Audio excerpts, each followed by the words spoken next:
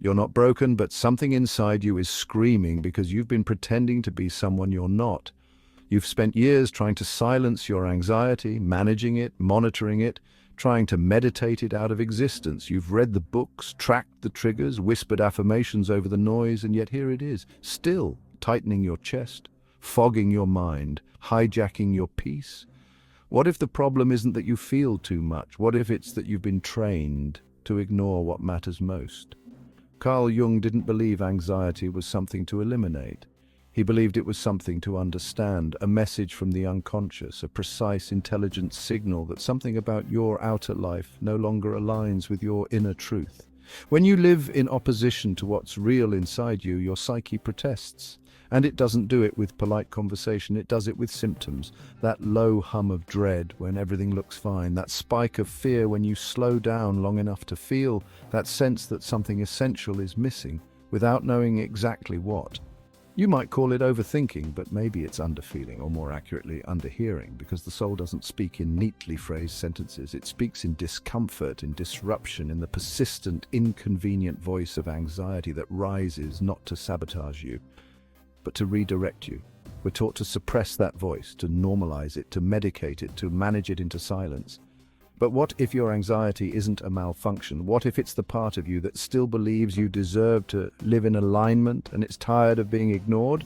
What if your symptoms are sacred? What if they're the smoke that rises when your inner life is on fire? And what if trying to extinguish them without addressing the source only ensures that the fire spreads? So don't ask, how do I make this go away?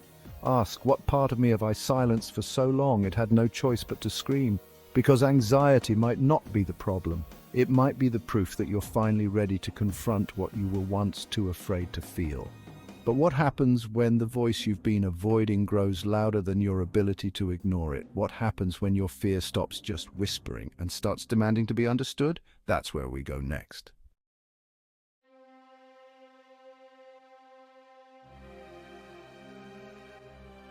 Fear doesn't appear out of nowhere. It arrives with precision. It circles the places in your life that are most misaligned, the conversations you're afraid to have, the truths you don't know how to admit, the parts of yourself you've learned to hide just to belong. Carl Jung wrote, "Where your fear is, there is your task." He meant that fear isn't a detour, it's the map. It marks the exact place where something inside you is asking for your attention. Not to paralyze you, but to point you back to the part of yourself you've abandoned. You may think you're afraid of failure, but you're actually afraid of confirming that you were never good enough to begin with. You may think you're afraid of being alone, but what terrifies you is finally facing the person you've become when no one else is watching. This is the fear that lives underneath the story, the fear that doesn't always have words, but always has weight, and beneath that weight lives the shadow. Jung didn't see the shadow as evil, he saw it as hidden. It's the anger you weren't allowed to express, the grief you never gave yourself time to feel, the desire you shamed, the creativity you starved to fit into someone else's vision of success. But what you exile never dies. It waits in your nervous system, in your habits, in the background of your decisions, and when it's been ignored too long, it doesn't whisper anymore. It claws its way out through panic, through procrastination, through irrational fears that suddenly seem to come from nowhere, until you trace them back to a moment, a message, a memory you've spent your whole life trying to forget. Anxiety often isn't about what's happening now, it's about what never got to happen then, a boundary you didn't get to hold, a truth you didn't get to say, a version of you that never got to breathe. So when the fear shows up, ask it what it wants, not what it's trying to ruin, but what it's trying to return. Ask, what part of me is still waiting for me to come back? Because your fear isn't random, it's remembered, and it's not trying to scare you. It's trying to reintroduce you to the part of yourself that remembers who you were before fear told you to become someone else. But what happens when fear stops just showing up in your thoughts and starts rewriting your dreams? That's next.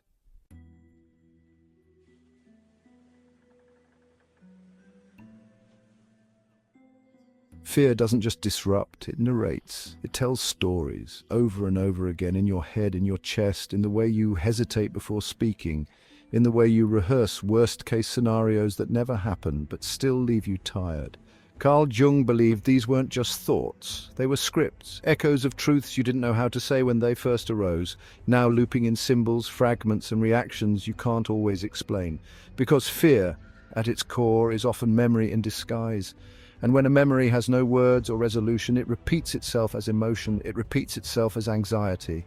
This is why fear doesn't go away just because you understand it intellectually. You can name your trauma, you can explain the origin of your insecurity. And still something in you flinches because the story hasn't been completed. It's still unfinished, still looking for an ending, and that's where the unconscious comes in. Jung saw fear not as an obstacle, but as a myth trying to become conscious. A personal myth. Your fear isn't generic, it's specific to you. The shape it takes, whether in dreams, habits, relationships, triggers, is trying to show you the part of your life where something remains split, unspoken, exiled. That's why he turned to story, not for comfort, for clarity. Take Milarepa, the mystic who returned to his cave to find it filled with demons, not metaphors, demons, ugly, chaotic, snarling manifestations of everything he didn't want to face. At first he tried to drive them out with chants, with teachings, with authority. Nothing worked. Eventually, exhausted, he sat down in the middle of the cave and said, "If you're going to stay, I'll sit with you." Most of them disappeared, but one, the largest, the most terrifying, remained. So Milarepa walked up to it slowly, he bowed, and he placed his head in its open mouth, and in that moment it vanished too. This is not just a parable, it's a map, because you are Milarepa, and you have your own cave, and whether or not you admit it, you already know what's waiting inside, the memory you won't touch, the need you don't speak, the dream you've abandoned so thoroughly you now tell people you never had it. And like those demons, that fear doesn't disappear just because you resist it. It disappears when you stop treating it like a threat and start treating it like a messenger. But the story doesn't end there. Jung also invoked the myth of Inanna, goddess of heaven, descending into the underworld. At each gate she is stripped of something she once used to define herself. Her crown, her robes, her jewelry, her pride. She arrives at the final gate, naked, vulnerable, exposed, and is struck down. She dies there, hung on a hook. And yet, after 3 days she returns. Not the same, not restored, reborn. She comes back changed because she was willing to descend, to shed the layers, to meet her dark sister and die the ego death required to integrate her whole self. This is what your fear is asking of you, not obedience, not resistance, descent. A willingness to follow the fear down, not to collapse, but to confront, not to destroy you, but to make you whole, because your anxiety is not always a warning that something's wrong. Sometimes it's the first sign that something important is finally waking up. So ask your fear, what story are you trying to finish? And if you're willing to listen, not interpret, not manage, just listen. You may hear a truth that's been waiting a long time to speak, but what happens when the message doesn't wait for your conscious attention, when it slips past your defenses and starts showing up in your sleep? That's where we're headed next.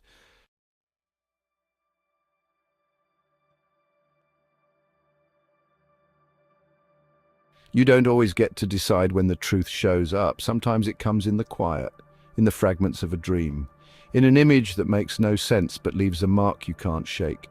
Carl Jung believed that the unconscious doesn't use language the way we do. It speaks in symbols. And when you won't listen during the day, it sends messages at night. That's why you keep dreaming about being chased, or lost, or late. That's why people you haven't seen in years show up without explanation. That's why something in you jolts awake at 3:17 a.m., heart racing, throat tight, knowing something's wrong but not knowing what. It's not random. It's ritual. The psyche delivering what your waking mind can't admit. Jung called dreams the voice of the soul, not because they're literal, but because they're loyal. They reflect what's unresolved, unspoken, unmet. And they do it through images, because images bypass defense. You can't argue with a forest made of mirrors. You can't logic your way past a wolf that follows you through rooms that shift with every breath. One of Jung's patients dreamt of a filthy, laughing vagabond who hijacked his car and crashed it. Over and over again, the same figure returned. Jung helped him see it wasn't a nightmare. It was a part of himself, his wildness, his suppressed freedom, the chaos he'd buried in his pursuit of control. That dream wasn't a threat, it was a protest, and your dreams do this too. A collapsing building might be the part of you that knows your foundation is fake. A locked room might be the truth you've kept sealed for decades. A woman screaming underwater might be the voice of the child inside you who never got to speak. These aren't puzzles to decode with Google, they're invitations.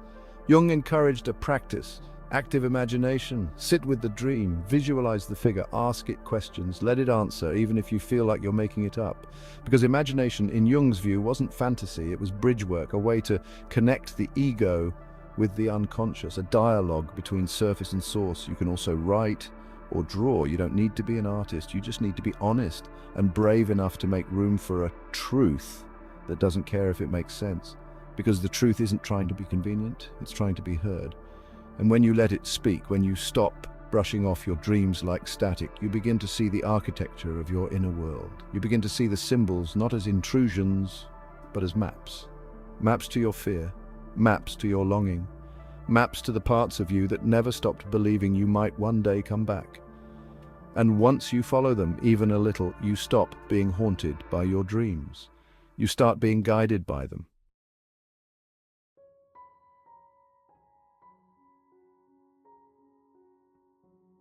Your body has been trying to tell the truth for years, long before your mind was willing to admit it, long before you had the words, long before you were ready to feel what had been waiting underneath the surface. The body doesn't speak in logic, it speaks in tension, in tightness, in fatigue that makes no sense, in panic that arrives without warning, in chest pressure during silence, in nausea before hard conversations, in shoulders that forget how to relax. Carl Jung understood this. He knew that when something is too threatening to process mentally, the unconscious sends it into the body, that it doesn't disappear, it stores, it waits, and the longer it waits, the louder it becomes. The ache in your stomach might not be random. It might be the weight of boundaries you never set. The lump in your throat may not be anxiety, it may be a truth that never got to be spoken. The sudden exhaustion might be your nervous system shutting down from years of pushing through when it needed to stop. This is not pathology, it's protest. Your anxiety is not just a malfunctioning brain, it's a body begging for reunion, with feeling, with honesty, with alignment. And still, we are taught to manage symptoms instead of understanding them, to override, to perform, to take a pill, take a breath and get back to it. But what if the symptom is sacred? What if your body is doing exactly what it should in a life that's gone off course? What if the pain is not the problem, but the portal? Jung believed that healing requires relationship with your unconscious, yes, but also with your physical self. He taught that imagination was not escapism, but bridge building. So when anxiety rises, you don't just analyze it, you meet it, you sit with it, you ask it to take a form, you ask it to speak. Close your eyes. Picture your anxiety not as a condition, but as a character. What does it look like? Is it old? Is it young? Is it exhausted or angry or silent? What does it come to protect you from? This is active imagination. It's not therapy. It's not spiritual bypassing. It's a direct conversation with the part of you that your body has been carrying without your permission. You can move with it, dance it, shake it, draw it, let it have expression.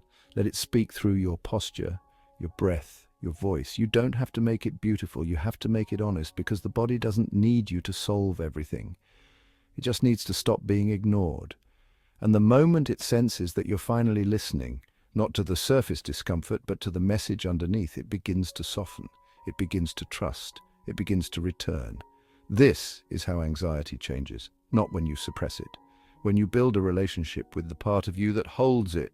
And once that relationship begins, you stop asking, how do I get rid of this feeling? You start asking, what truth have I been carrying in my muscles, in my skin, in my gut, that I've been too afraid to name? And slowly the answers come, not all at once, but gently, like something that's been waiting a long time for you to finally come home. But what happens when even the body begins to shift, Judti? And yet you still don't feel whole. When you've done the work, followed the trail, softened the fear, and still feel incomplete, that's not the end. That's the threshold of something deeper.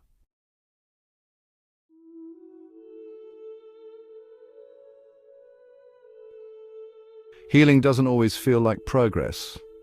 Sometimes it feels like unraveling, like you're coming undone, but that unraveling isn't regression, it's return.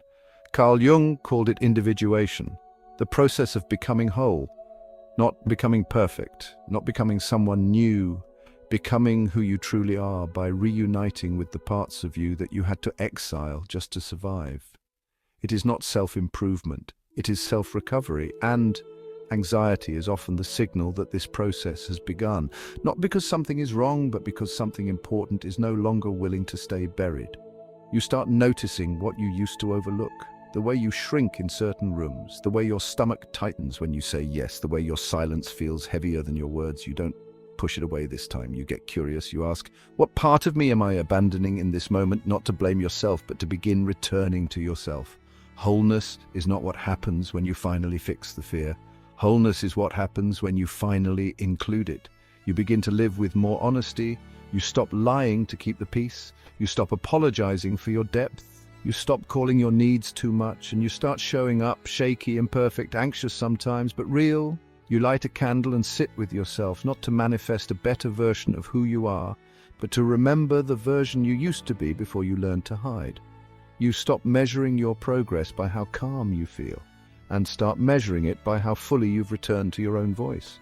You begin understanding your inner fears, not as flaws to manage, but as messages to translate, because once you understand them, they stop hijacking your life. They start guiding it. That's how you overcome anxiety, not by force, not by pretending, but by listening, integrating, reclaiming. You bring back the rage, the grief, the wonder, the fire.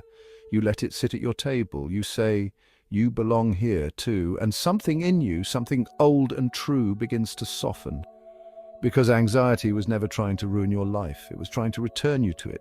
If this spoke to something you've been carrying, share it with someone who needs to hear it. Drop a comment below. What's one thing your anxiety has been trying to teach you lately? And if this is the kind of work you want to keep doing, subscribe. You don't have to figure it all out, but you also don't have to do it alone.